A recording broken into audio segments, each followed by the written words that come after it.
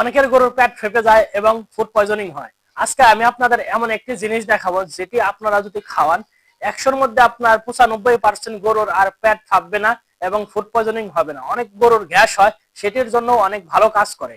সেই জিনিসটি আজকে আমি দেখাবো, খুবই অল্প টাকার মধ্যে সেই জিনিসগুলো পেয়ে যাবেন। এই যে আমার হাতে দেখতে পাচ্ছেন, এখন আপনারা ভিতরে রয়েছে এর জন্য বুঝতে পারছেন না, আমি আপনাদের বের করে দেখাচ্ছি।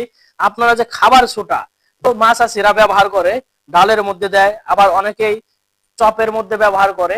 এই ছোটা যদি আপনি প্রতিদিন আপনার গরুকে 20 থেকে 30 গ্রাম করে খাওয়ান, ইনশাল্লাহ আপনার গরুর আর ফুড পয়জনিং হবে না, আপনার গরুর আর পেটে গ্যাস হওয়ার সম্ভাবনা থাকবেই না। আমি ভাই আমার গরুতে ব্যবহার করে প্রতিদিন 30 থেকে 35 বা 40, মানে আপনার হচ্ছে কিছুদিন কম একটু কিছুদিন বেশি। আপনারা যদি 50 টাকার আনেন তাহলে আপনারা কমপক্ষে 30 দিনের উপরে ব্যবহার করতে পারবেন। এটি অনেক ভালো কাজ করে, আমি আমার নিজে গরুকে ব্যবহার করি।